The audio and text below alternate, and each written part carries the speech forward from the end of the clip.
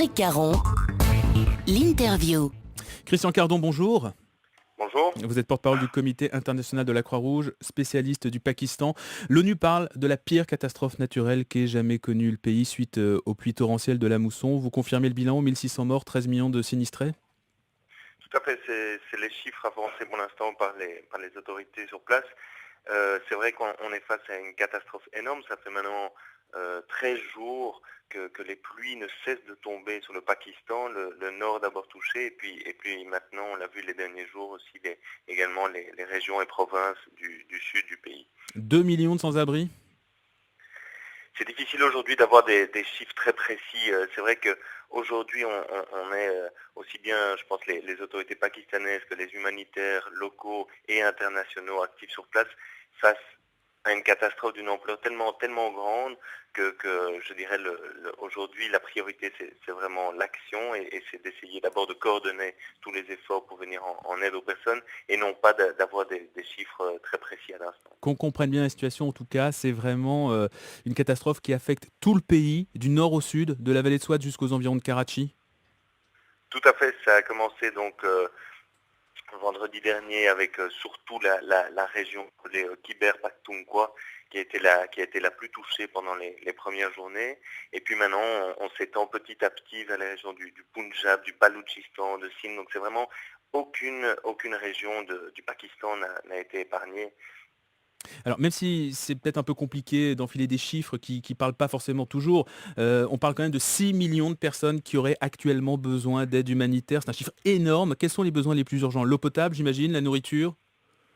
L'eau potable, très certainement. On sait bien, c'est vrai que les eaux qui sont tombées, les pluies qui sont tombées les derniers jours, qui continuent de tomber, on salit, donc tombant dans la montagne, on salit les réserves d'eau potable qu'avaient les villages et les petites villes, ce qui fait qu'aujourd'hui, il y a vraiment un besoin urgent pour les populations d'avoir accès à l'eau potable. Donc nos équipes sur place, plus particulièrement le Croissant Rouge pakistanais, sont en train de tout mettre en œuvre pour justement faciliter cet accès à l'eau potable, puisqu'on le sait bien, en cas d'absorption d'eau non potable, eh ben, il y a évidemment toujours les risques de maladies, et d'ailleurs déjà constaté énormément de maladies diarrhéiques et puis des infections respiratoires. Ça, c'est effectivement l'eau une priorité, mais également évidemment la nourriture et puis les abris. Beaucoup de villages entiers ont été emportés par les flots et donc un besoin urgent d'abriter toute une série de populations sur place. Il y a encore beaucoup de zones auxquelles on ne peut pas accéder, qui sont coupées du monde?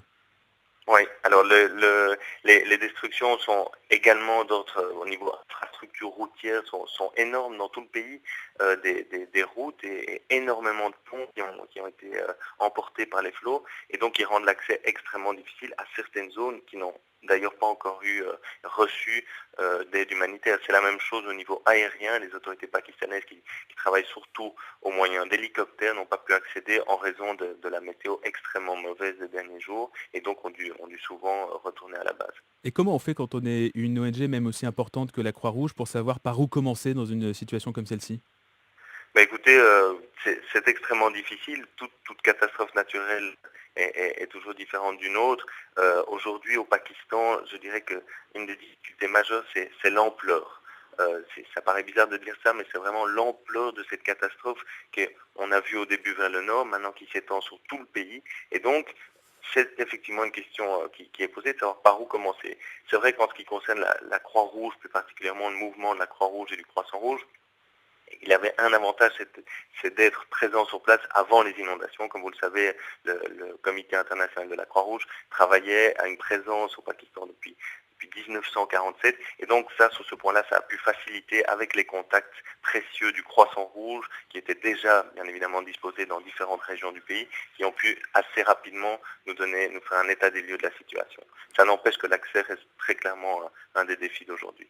Et les autorités pakistanaises dans tout ça, on sait que le président était très critiqué par sa population parce qu'il n'a pas écourté sa visite en Europe malgré cette situation dramatique. Est-ce que la situation là-bas pourrait dégénérer sur un plan politique? C'est très difficile à dire. Vous savez, c'est vrai qu'on a vu on voit beaucoup d'images, beaucoup de gens, de plaintes, surtout les gens auxquels les autorités ou les humanitaires n'ont pas encore eu accès, évidemment, qui trouvent que la crise est mal gérée. Maintenant, encore une fois, c'est vrai que aussi bien pour les humanitaires que pour les autorités, il s'agit de quelque chose de tellement grand, comme vous l'avez dit, que le Pakistan n'a plus connu depuis 80 ans. Donc il est difficile aujourd'hui de pointer du doigt tel ou tel, mais plutôt vraiment d'insister sur la mobilisation des uns et des autres pour venir en aide à ceux qui n'ont encore rien reçu. On attend de nouvelles pluies dans les jours qui viennent. Vous attendez encore à une aggravation de la situation? Oui, c'est vrai que malheureusement le mois d'août au Pakistan et dans la région, puisqu'on l'a vu maintenant, les pluies s'étendent aussi à d'autres pays voisins. Le mois d'août est connu pour ses fortes précipitations.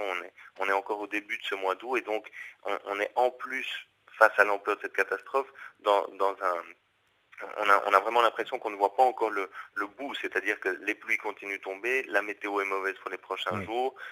Nos collègues sur place nous décrivent des images, vraiment comme je le disais, de flots, de torrents entiers qui emportent. Il faut vraiment voir la carte du Pakistan et voir le nord qui était touché, puis maintenant on va vers Mm. le sud, on se dirige petit à petit vers la mer. Évidemment, on craint encore des inondations. Christian Cardon, concrètement, est-ce que vous avez besoin d'argent? Est-ce que vous lancez ce matin un appel à la solidarité? Alors oui, très certainement, la mobilisation, le besoin de mobilisation aussi au niveau financier est extrêmement important dans ce genre de cas.